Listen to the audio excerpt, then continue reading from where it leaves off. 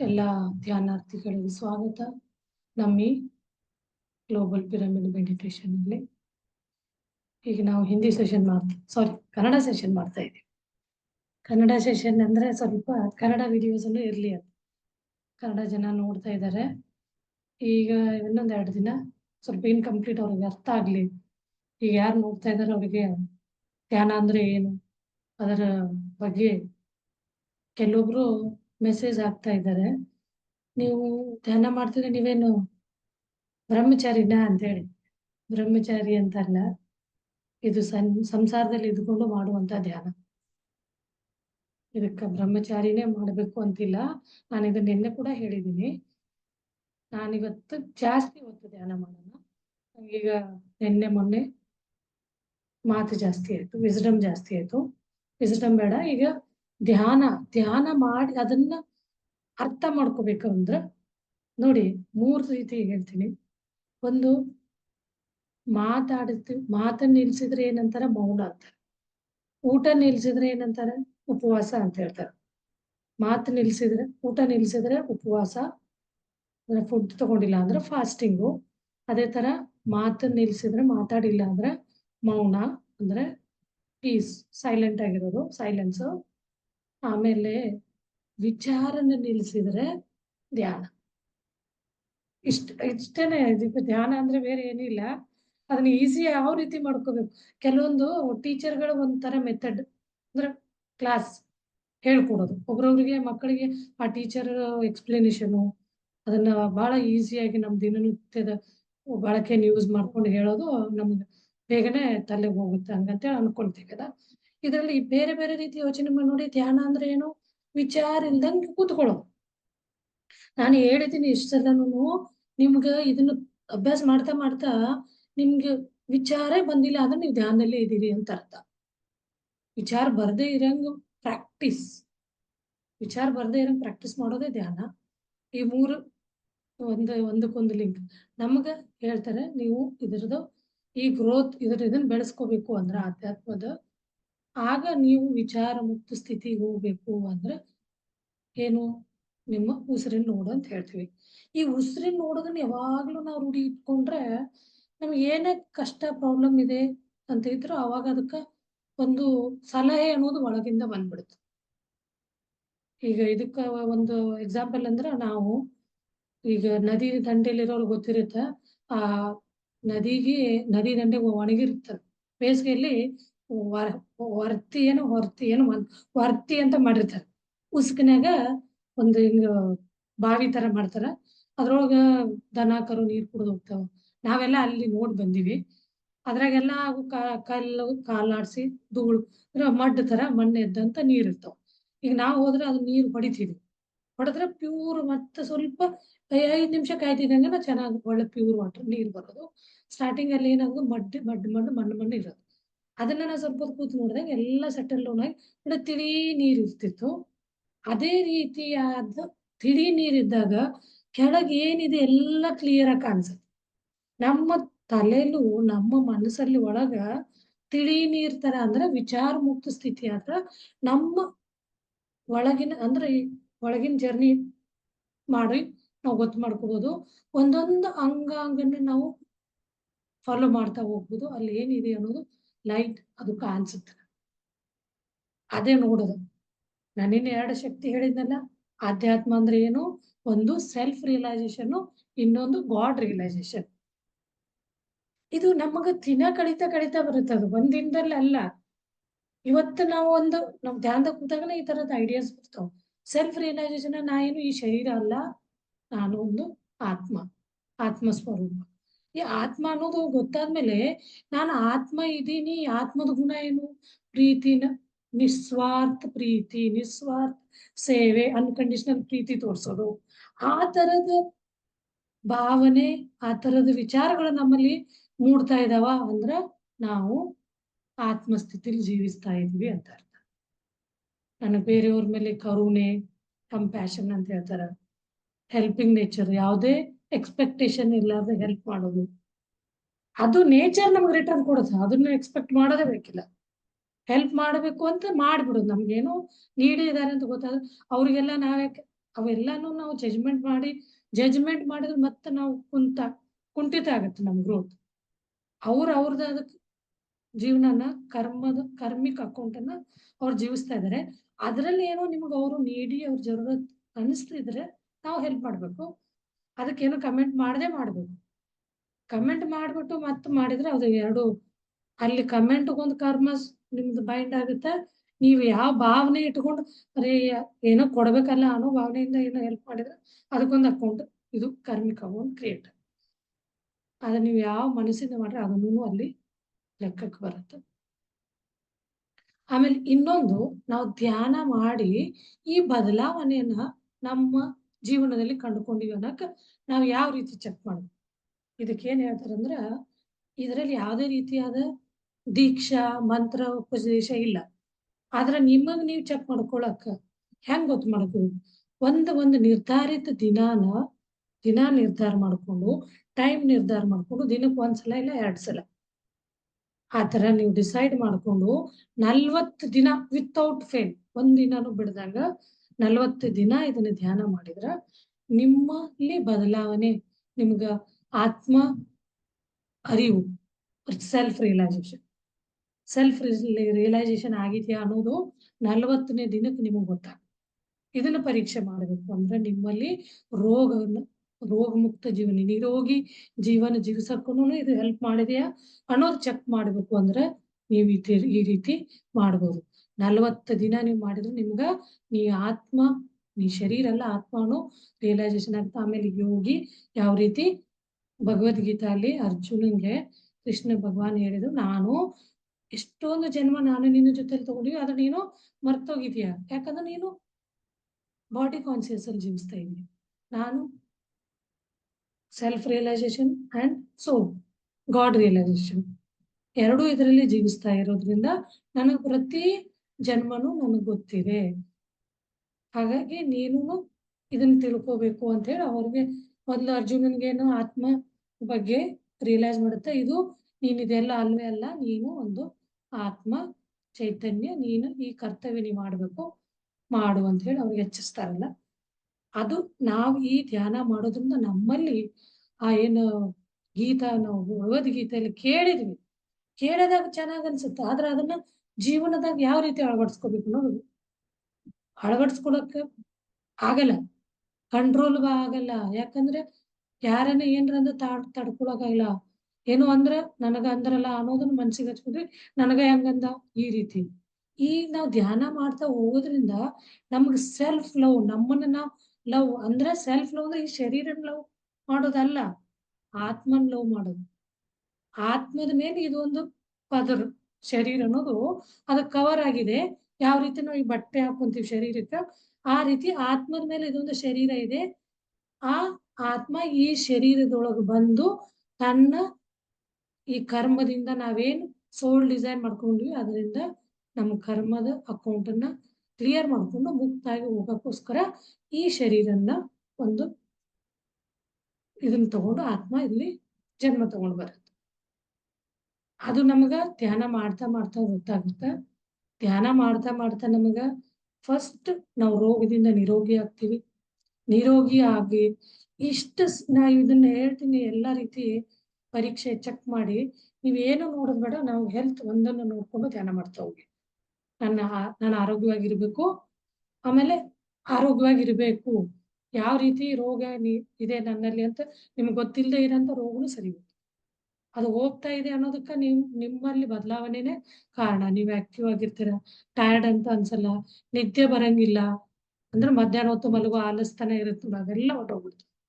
ಏನು ಬೇಡದಿರ ಅಂತವೆಲ್ಲ ನ್ಯೂಸ್ ನೋಡೋದಾಗ್ಲಿ ಅಂದ್ರೆ ಏನೋ ನಮಗೆ ಡಿಸ್ಟರ್ಬ್ ಮಾಡೋಂಥದ್ದು ಅಂತವೆಲ್ಲ ನೋಡೋದನ್ನು ಕಡಿಮೆ ಆಗುತ್ತೆ. ಯಾಕಂದ್ರೆ ಅಲ್ಲಿ ನಮ್ಗೇನು ಯೂಸ್ ಇಲ್ಲ, ಆತ್ಮ ಗ್ರೋತ್ ಆಗಲ್ಲ. ಅದರಿಂದ ಜನರಲ್ ನಾಲೆಜ್ಗೆ ನಾವ್ ಈ ಶರೀರದ ನಮ್ದೇನು ಮಟೀರಿಯಲಿಸ್ಟಿಕ್ ಲೈಫ್ ನಡ್ಸೋಕ್ಕೋಸ್ಕರ ಅಂದ್ರೆ ಅದಕ್ಕೆ ಹೇಳ್ತಾರೆ 50%, 50% ನೀವು ನಿಮ್ ಜೀವನ ಭೌತಿಕ ಜೀವನ ನಡ್ಸಕ್ಕೆ, 50% ಆಧ್ಯಾತ್ಮಿಕ ಜೀವನಕ್ಕೋಸ್ಕರ. ಅವೆರಡಕ್ಕೂ ನೀವು ಇದನ್ನ ಮಾಡಿಟ್ರೆ ನಿಮ್ಮ ಟೈಮನ್ನ ಆ ರೀತಿ ನಿಮ್ಗೆ ಅದರ ಅನುಭವ, ಅದರ ಎಕ್ಸ್ಪೀರಿಯನ್ಸ್ ಆಗ್ತಾ ಹೋಗುತ್ತೆ. ಇದು 40 ದಿನದೊಂದು ಹೊಸದಾಗಿ ಮಾಡೋರ್ಗೆ ಹೇಳ್ತೀನಿ. ನೀವು ಕೇಳಿ ಇಲ್ಲ ಹೇಳ್ತಿದ್ದೀನಿ, ನಾನು ಬಹಳ ಸಲ ಹೇಳಿದ್ದೀನಿ. ನೀವೇನನ್ನ ಇದನ್ನ ಮಾತು ಚಂದ ಅನ್ಸ್ ಕೇಳೋದು ಅಷ್ಟೇ ಅಲ್ಲ, ಅದನ್ನ ನಿಮ್ಮ ಜೀವನದಾಗ ಅಳವಡಿಸ್ಕೊಂಡು ನಿಮ್ಮಲ್ಲಿ ಬದಲಾವಣೆ ತಂದ್ಕೋಬೇಕು. ನನಗಾಗಿದೆ ಖುಷಿ ಜೀವನ, ಹ್ಯಾಪಿ ಲೈಫ್. ಯಾವುದೇ ರೀತಿಯಾದ ಕಷ್ಟ ಇಲ್ಲ. ಕಷ್ಟ ಇದ್ರೂ ಆ ಕಷ್ಟದಿಂದ ಹೊರಗೆ ಬರೋಕೊಂದು ದಾರಿ ಮಾಡ್ಕೊಡುತ್ತ. ಸಾಧನ ಮಾಡಿ ಓವರ್ಕಮ್ ಅದರಿಂದ ಹೊರಗೆ ಹೆಂಗ್ ಬರ್ಬೇಕು ಅನ್ನೋಕೆ ನಮ್ಗ ಒಂದು ಐಡಿಯಾ, ಇಂಟ್ಯೂಷನ್ ಅದು ನಮ್ಗೆ ಧ್ಯಾನದಿಂದ ಸಿಗುತ್ತೆ. ನಾವು ರೋಗದಲ್ಲಿ ಇದೀವಿ ಅಂದ್ರೆ ರೋಗದಲ್ಲಿಲ್ಲ ಅನ್ನೋದನ್ನು ರೋಗದಿಂದ ಹೊರಗೆ ಹೆಂಗ್ ಬರ್ಬೇಕು ಅನ್ನೋದು ಅದು ಕ್ಲೀನ್ಸ್ ಮಾಡುತ್ತೆ. ನಮ್ಮ ಶರೀರ ಒಳಗಿನ ಬ್ಲಾಕೇಜಸ್ ನ 2,72,000 ನಾಡಿನ ಶುದ್ಧೀಕರಣ ಮಾಡುತ್ತೆ. ನಾಡಿ ಮಂಡಲ್ ಶುದ್ಧೀಕರಣ ಅದು ಮಾಡ್ತಾ ನಿಮಗ್ ಇರದೇ ಇರೋಂಥ ರೋಗನು ಕೂಡ ಅಲ್ಲಿ ಕ್ಲೀನ್ ಆಗುತ್ತೆ, ಹೀಲ್ ಆಗುತ್ತೆ. ಅದನ್ನ ನೀವ್ ಹೆಂಗ್ ಗೊತ್ತು ಮಾಡ್ಕೊಂತೀರಾ ಅಂದ್ರೆ ನಿಮಗ್ ನೀವು ಟ್ರಾನ್ಸ್ಫಾರ್ಮೇಶನ್ ನಿಮ್ಮಲ್ಲಿ ಆಗಿರೋ ಬದಲಾವಣೆ ನೀವು 40th ಡೇ 40 ದಿನ ನಂತರ ನೀವು ಚೆಕ್ ಮಾಡಿದಾಗ ಗೊತ್ತಾಗುತ್ತೆ ಏನ್ ನಿಮ್ಮಲ್ಲಿ ಬದಲಾವಣೆ ಆಗಿದೆ. ಅದ್ರ ಮಧ್ಯೆ ನೀವು ಡೇ 1 ನಲ್ಲಿ ಏನೋ ಒಂದು ಸಂಕಲ್ಪ ಇಟ್ಕೊಳ್ಳಿ, ನನ್ಗೆ ಆರೋಗ್ಯವಾಗಿರ್ಬೇಕು ಅನ್ನೋದನ್ನ ಇಟ್ಕೊಳ್ಳಿ ಸ್ಟಾರ್ಟಿಂಗ್. ಆಮೇಲೆ ನೀವೇನನ್ನು ಬೇರೆ ಬೇರೆ ಇಟ್ಕೋಬಹುದು. ಅದನ್ನ ಒಂದ್ಸಲ ಒಂದೇ ಸಂಕಲ್ಪ, ಆರೋಗ್ಯ ನಾನು ಹೆಲ್ದಿ ಆಗಿರ್ಲಿ. ಯಾಕಂದ್ರೆ ಹೆಲ್ತ್ ಇಂದ ಮನುಷ್ಯ ಬಹಳ ಡಿಸ್ಟರ್ಬ್ ಆಗಿರ್ತಾನೆ. ನಾವು ಆರೋಗ್ಯ ಸರಿ ಹೋಗುತ್ತಂದ್ರೆ ಏನೆಲ್ಲ ಖರ್ಚು ಮಾಡೋಕ್ಕೂ ರೆಡಿ ಇರ್ತೀವಿ. ಇಲ್ಲಿ ಏನು ಖರ್ಚು ಮಾಡಂಗಿಲ್ಲ. ಏನನ್ನ ಖರ್ಚು ಮಾಡಬೇಕು, ನಿಮ್ಮ ಸಮಯನ್ನ ಖರ್ಚು ಮಾಡಿ ನಿಮ್ಮದೇ ಆದ 24 ಗಂಟೆಯಲ್ಲಿ 1 ಗಂಟೆ 2 ಗಂಟೆ ನೀವೆಷ್ಟು ನಿಮ್ಮಿಂದ ಸಾಧ್ಯ ಇದೆ ಒಟ್ಟಿಗೆನೆ 1 ಗಂಟೆ ಕೂತ್ಕೊಳ್ಳೋಕ್ಕಾಗಲ್ಲ. ಬಟ್ ಕೆಲವೊಂದು ಮೆಡಿಟೇಟರ್ಸು ಧ್ಯಾನಿಗಳು ಡೇ 1 ನಲ್ಲಿ 2 ಗಂಟೆ ಕೂತ್ಬಿಟ್ಟು ಇಷ್ಟರ ಮಟ್ಟಿಗೆ ಹೊರಗೆ ಬರ್ತಾರೆ ಅಂದ್ರೆ ತಮ್ಮ ಪ್ರಾಬ್ಲಮ್ಸ್ ಇಂದ. ಅದು ಎಲ್ಲರಿಗೂ ಆಗಲ್ಲ.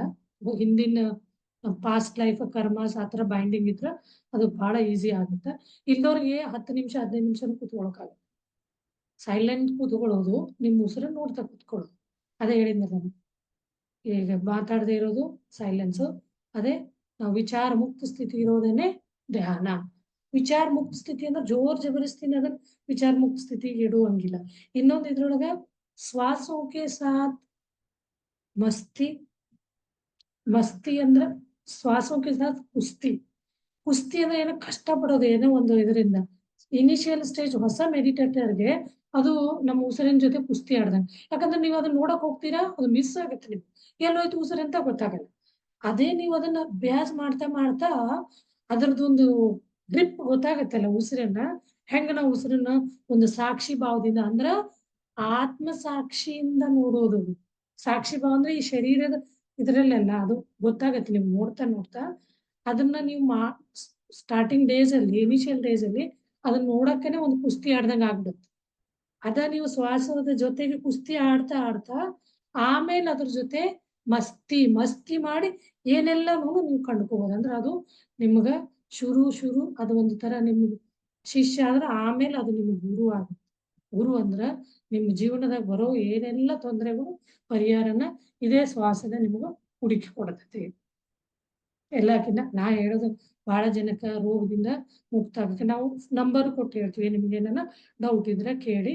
ನಾವು ನಮಗೆ ತಿಳಿದು ನಾವು ಮಾಡಿ ನಮಗಾದ ಅನುಭವ ನಾವು ಯಾವ ರೀತಿ ಇದನ್ನ ಮಾಡ್ಕೊಂಡು ಬಂದ್ವಿ ಅದು ನೀವು ಮಾಡಿ, ನಿಮಗೂ ಅದರಿಂದ ಒಳ್ಳೇದಾಗುತ್ತೆ. ಯಾವ್ದು ಅದ್ರಾಗ ಏನೋ ನಿಮ್ಗೆ ಡೌಟ್ಸ್ ಬಂದ್ರೆ ಮತ್ತೆ ಕೇಳಿ ಅಂತೀವಿ. ಏನನ್ನ ಮಾಡ್ತಾ ಮಾಡ್ತಾ ಕೆಲವೊಂದು ನೆಗೆಟಿವ್ ಅನುಭವ ಆಗ್ತಾವೆ. ನೆಗೆಟಿವ್ ಅಂದ್ರೆ ಏನು ಅದನ್ನು ಒಂಚೂರು ಹೇಳ್ಬಿಡ್ತೀನಿ, ಆಮೇಲೆ ಧ್ಯಾನಕ್ಕೆ ಹೋಗೋದು.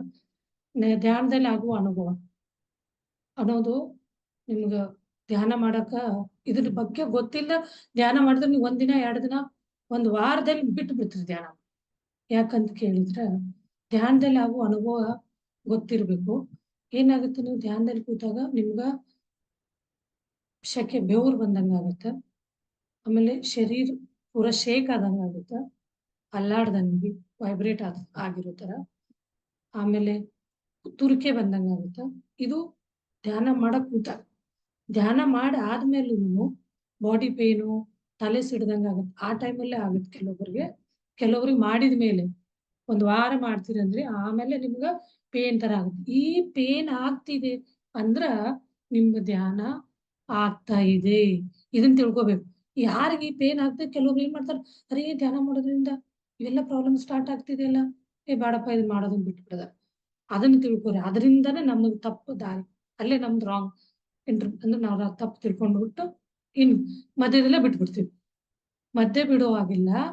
ಆ ತರ ಪೇನ್ಸ್ ನಿಮ್ಗೆ ಬಂದಿದೆ ಅಂದ್ರೆ ನಿಮ್ಮ ಶರೀರದಲ್ಲಿ ಯಾವುದೋ ಒಂದು ರೀತಿಯಾದ ಕಾಂಪ್ಲಿಕೇಶನ್ ಇದೆ ಅಂತ ಅರ್ಥ.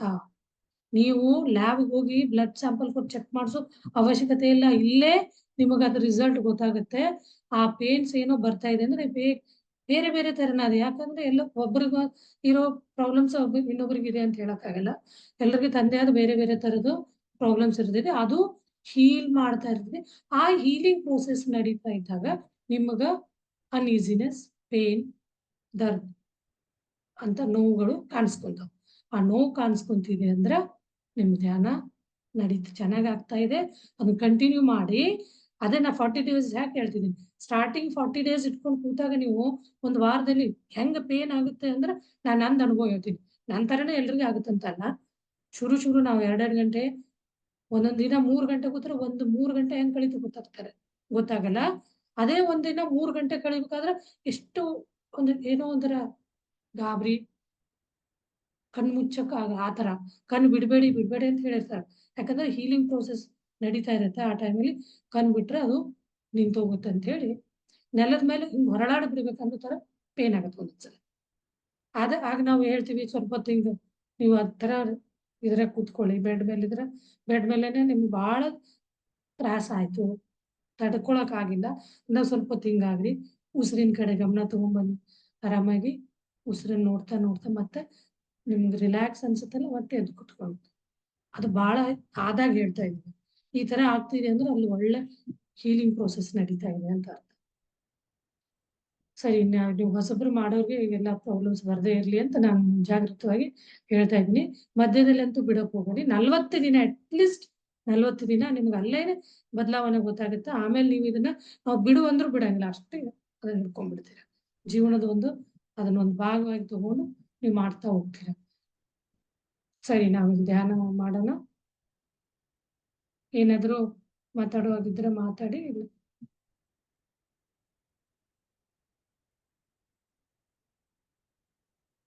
ಮಾಸ್ಟರ್ಸ್ ಧ್ಯಾನದಲ್ಲಿ ಕೂತ್ಕೊಳ್ಳೋಣ. ಎಲ್ರಿಗೂ ಗೊತ್ತಿರೋ ಹಾಗೆ 2 ಕೈ ಬೆರಳಲ್ಲಿ ಇನ್ಸರ್ಟ್ ಮಾಡ್ಕೊಂಡು ತೊಡೆ ಮೇಲೆ ಇಟ್ಕೊಳ್ಳಿ.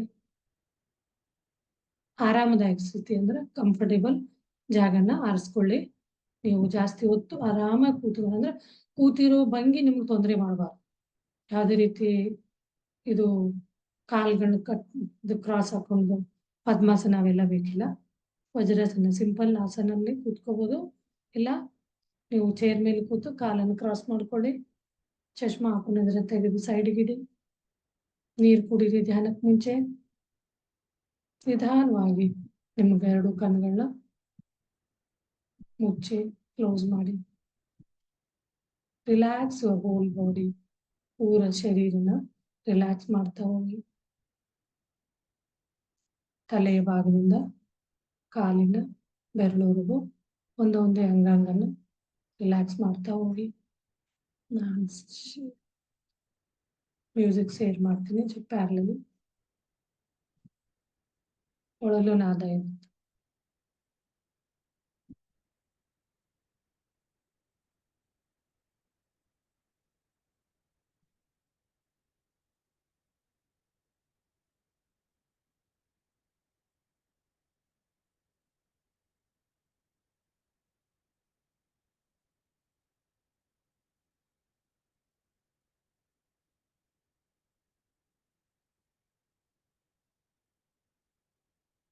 ರಿಲ್ಯಾಕ್ಸ್ ಮಾಡ್ತಾ ಹೋಗಿ.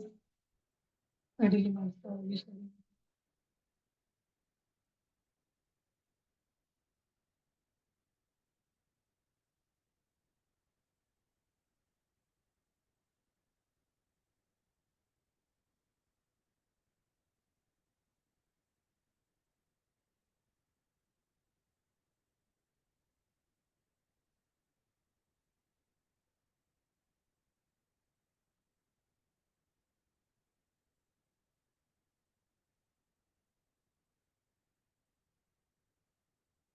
ತಲೆಯ ಭಾಗ ಸರಿಪಡಿಸ್ತಾ ಹೋಗಿ.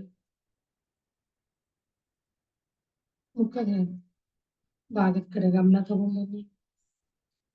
ಎರಡು ಕಣ್ಣುಗಳು, ಕೆನ್ನೆ, ಕಿವಿ,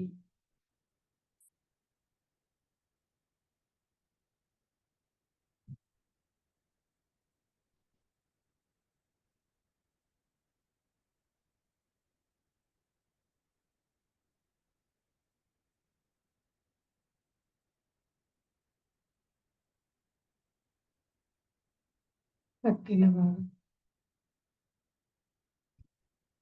ಭುಜ, ಎರಡು ಭುಜ ರಿಲ್ಯಾಕ್ಸ್ ಮಾಡ್ಕೊಳ್ಳಿ.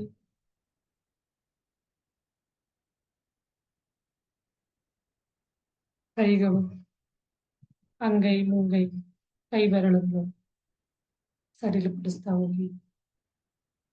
ಯಾವುದೇ ರೀತಿಯ ಬಿಗಿತ ಬೇಡ. ಶರೀರದಲ್ಲಿ ಬಿಗಿತ ಇದ್ರೆ ಆ ವಿಶ್ವ ಪ್ರಾಣ ಶಕ್ತಿ ಅಲ್ಲಿ ಹರಿಯಕ್ ಸಾಧ್ಯ ಆಗಲ್ಲ. ಎದೆಯ ಭಾಗದ ಕಡೆ ಗಮನ ತಗೊಂಡ್ಬನ್ನಿ. ಎದೆಯ ಭಾಗನ ಸಡಿಲಪಡಿಸ್ಕೊಳ್ಳಿ. ಹೊಟ್ಟೆ ಭಾಗದ ಕಡೆ ಗಮನ.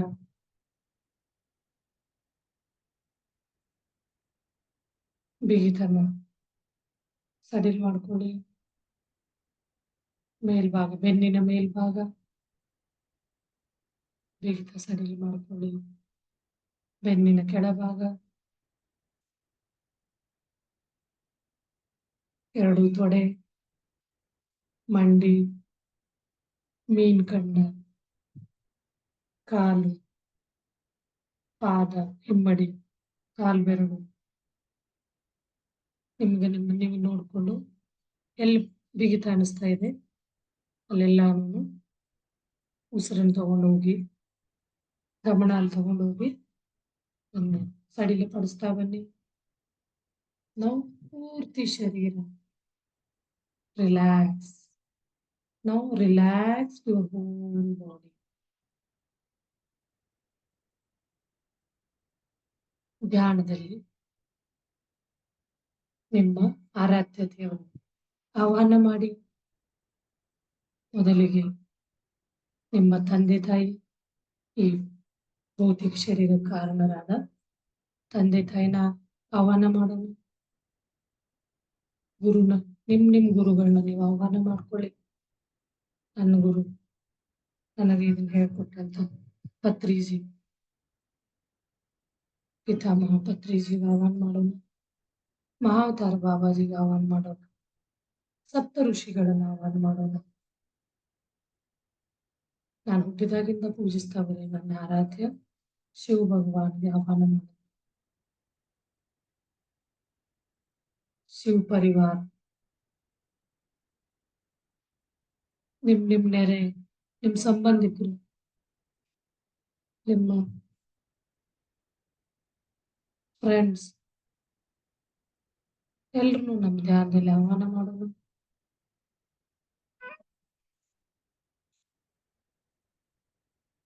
ಈಗ ನಾವು ಸ್ಲೋಲಿ, ನಿಧಾನವಾಗಿ ನಮ್ಮ ಸಹಜ ಶ್ವಾಸದ ಕಡೆ ಗಮನ ತಗೊಂಡ್ಬರೋಣ. ವಿಚಾರಗಳು ಬರ್ತಾ ಇರುತ್ತೆ, ಬರ್ಲಿ ವೆಲ್ಕಮ್ ಮಾಡಿ. ಅದು ಬರುತ್ತೆ, ತಾನೇ ಹೊರಟೋಗುತ್ತೆ. ವಿಚಾರಗಳ ಹಿಂದೆ ಹೋಗ್ಬೇಡಿ, ಉಸಿರಿನ ಹಿಂದೆ ಹೋಗಿ. ನಮ್ಮ ಕೆಲಸ ಉಸಿರನ್ನು ಗಮನಿಸುವುದು. ಉಸಿರಿನ ಜೊತೆ ಕುಸ್ತಿ, ಉಸಿರಿನ ಜೊತೆ ಮಸ್ತಿ, ಆಟ ಆಡೋದು ಅಂತ ಉಸಿರಿನ ಜೊತೆ. ಯಾವೊಂದು ಉಸಿರು ಮಿಸ್ ಆಗದೆ ಇರೋ ಹಾಗೆ ಒಂದೊಂದು ಉಸಿರನ್ನು ಗಮನಿಸ್ತಾ ಹೋಗಿ.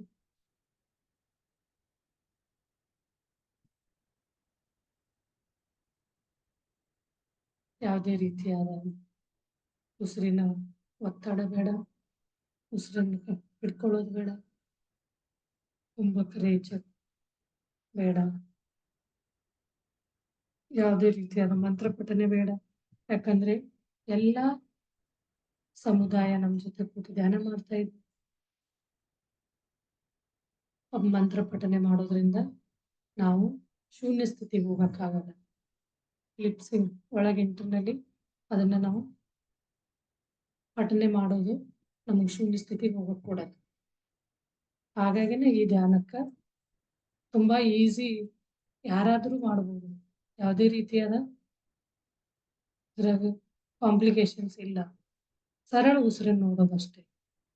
ಇದಕ್ಕ ಆನಾಪಾನಸತಿ ಧ್ಯಾನ ಅಂತ ಹೇಳಿ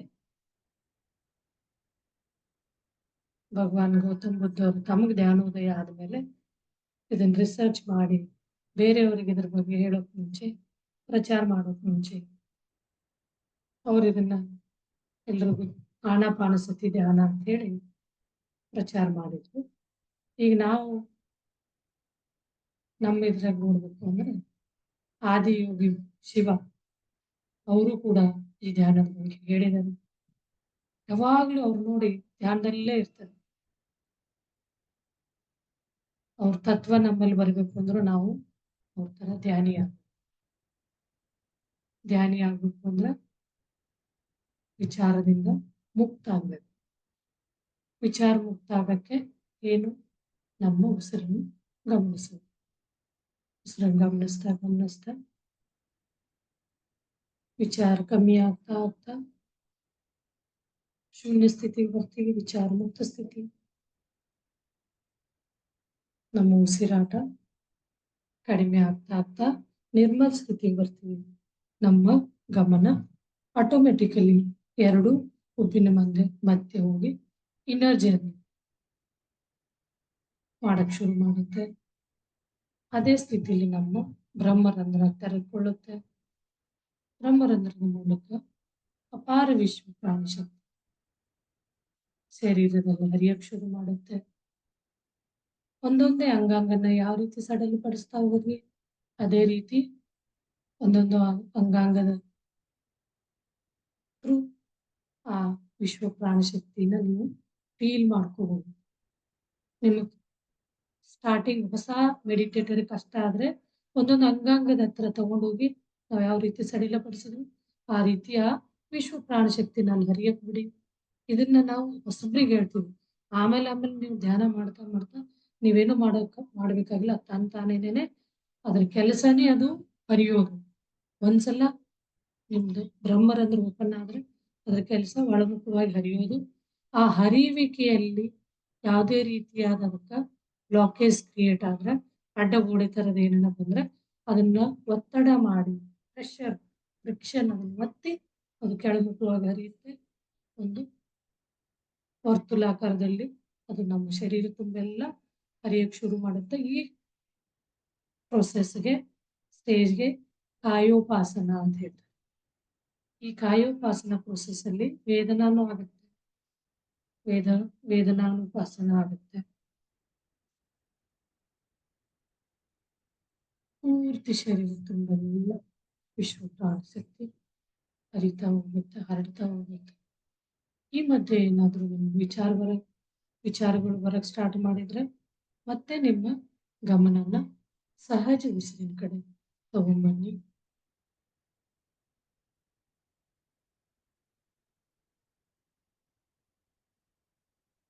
ಈ ಕ್ರಿಯೆಯನ್ನು 40 ದಿನ ಮಾಡ್ತಾ ಬಂದ್ರೆ ನಿಮ್ಗೆ ಇದರ ಉಪಯೋಗ ಗೊತ್ತಾಗುತ್ತೆ.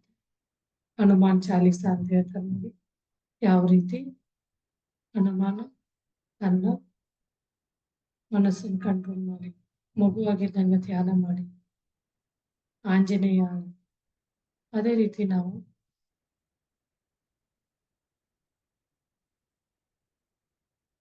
ಅಹಂ ಬ್ರಹ್ಮಾಸ್ಮಿ ಆತ್ಮ ರಿಯಲೈಸೇಷನ್ ಮಾಡ್ಕೊಳ್ಳಕ್ಕೆ ಇದೊಂದು ದಾರಿ.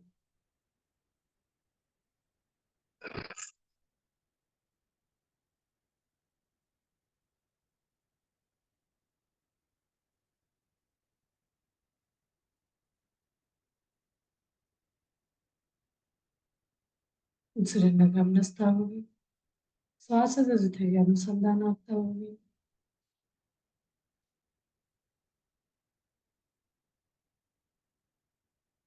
ಯಾವುದೇ ರೀತಿ ಭಯ ಬೇಡ. ಯಾಕಂದ್ರೆ ಏನೇನೋ ಒಂದೊಂದು ಅನುಭವ ನಿಮ್ಗೆ ಕಾಣ್ತಾ ಹೋಗುತ್ತೋ ಅವೆಲ್ಲ ನೋಡಿ ಭಯ ಪಡೋ ಹೋಗಿಲ್ಲ. ನಮ್ಮಲ್ಲೇ ಎಲ್ಲಾ ತರದ ಶಕ್ತಿ ಇದೆ. ಆ ಶಕ್ತಿನ ನಾವು ಪರಿಚಯ ಮಾಡ್ಕೋಬೇಕು, ನೋಡ್ಬೇಕು. ಅದಕ್ಕೆ ಈ ಚರ್ಮ ಶಿಕ್ಷೆಯಿಂದ ನೋಡಕ್ಕಾಗಲ್ಲ. ನಮ್ಮ ಒಳಗಿರು ಚಕ್ಷು ಆಗುತ್ತೆ. ಜ್ಞಾನಚಕ್ಷು. ಅಲ್ಲಿಂದ ನಾವು ಅದನ್ನ ನೋಡಕ್ ಶುರು ಮಾಡ್ತೀವಿ.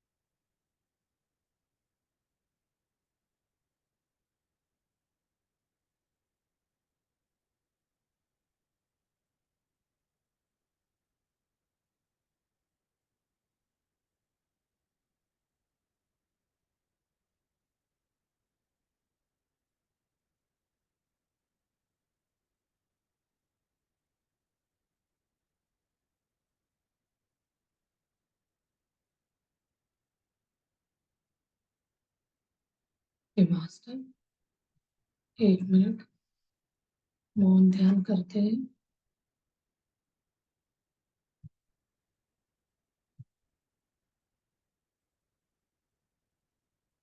ಒಂದು ನಿಮಿಷ ಮೌನ್ ಸೈಲೆಂಟ್ ಧ್ಯಾನ ಉಸಿರನ್ನ ಗಮನಿಸ್ತಾ ಹೋಗಿ.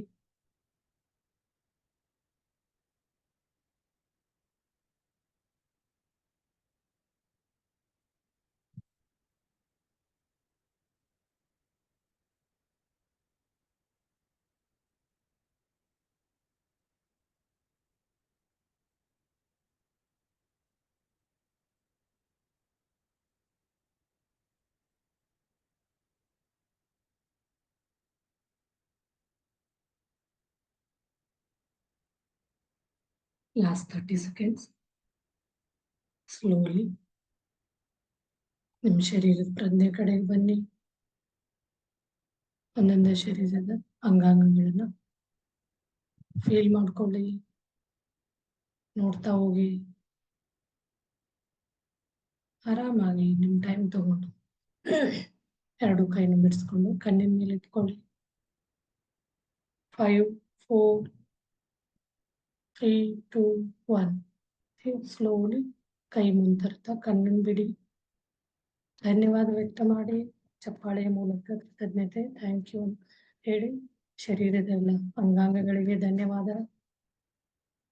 ತಂದೆ ತಾಯಿಗೆ ಧನ್ಯವಾದ, ಗುರುವಿಗೆ ಧನ್ಯವಾದ. ಯಾರಿಗೆ ನಾವು ಹ್ಯಾಂಡಲ್ ಮಾಡಿದ್ವಿ